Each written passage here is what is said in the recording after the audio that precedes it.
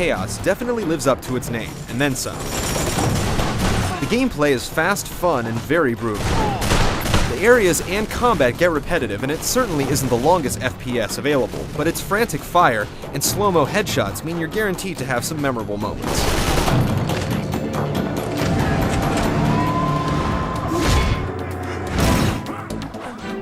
You take control of Nick Mason, an elite crime fighter and superstar of the sometimes controversial T-0 unit. T-0 was formed to enforce riot control and prevent gang warfare. An army known as the Burners, for obvious reasons, is completely out of control and planning on taking command of the streets. We're gonna fuck this city! From here, you're thrown into high-risk rescue operations, preceded with a live-action news broadcast update. These are there if you care to get a taste of the story, but if you want to start blasting terrorists, you can skip them and the cutscenes during gameplay.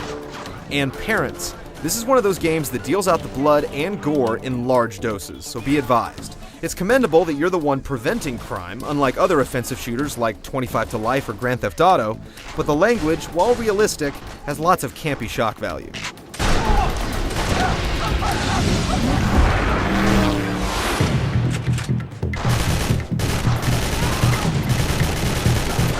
Because you're going to have a lot of things flying at you, like axes, bullets, and Molotov cocktails, the game graciously puts a riot shield in your hands early on. This is similar to the Time Crisis duck and cover routine. You can see your enemies through it, move with it drawn, and there are some areas that are impenetrable without it. The upside to this is that the game cuts you a break and lets you rest or reload when you have to, and you can use the shield as a blunt attack weapon or put it on your face when necessary. The downside is that it makes you nearly invincible, which kind of takes the danger and drama out of the experience. You're also assisted by other members of your team, who work hand-in-hand with firemen and medics trying to save civilians from a fiery death. You can give them commands with a D-pad, like when you need firemen to help you navigate a burning building. Just keep your eyes peeled for those backdrafts.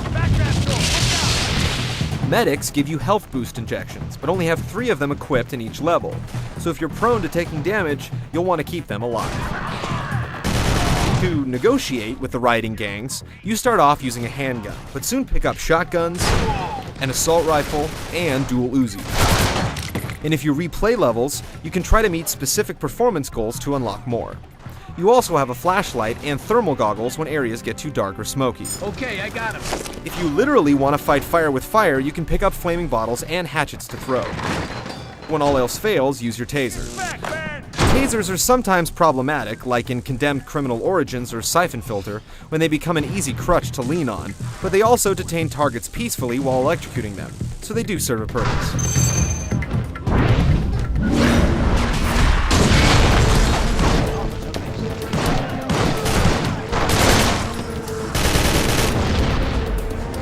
The urban part of Urban Chaos does get old, as most of the environments you'll be gunning through are streets, warehouses, and factories. The routes can change as the interactive and impressively animated fire moves around, but there aren't a ton of surprises. There are plenty of custom spots made for gunfights and scripted events. Look out! Shit, this place is dangerous, man! You're also rewarded with replays of the most painful and violent moments you afflict in each area. This can add some cinematic flair to an otherwise random kill, but if you start seeing the same angle repeatedly, these can be skipped like the cinemas. The levels aren't very big though. They can get a bit confusing too when you're making your way through the thick smoke. And the enemies, considering most of them are from the same gang, and probably shop at the same thrift store, don't stand out individually. All of them wear Dr. Satan or Jason hockey masks. This makes them easy to spot when civilians are running around, but you might get tired of shooting the same guy 100 times. It's not the most polished or dynamic shooter on the market, but Urban Chaos Riot Response is unique. It's not every day a shooter doesn't require you to kill aliens or Nazis or police officers, but rather try to put a stop to senseless violence altogether. If it wasn't so crammed with cheap laughs and quick thrills, maybe we could have taken it a little more seriously.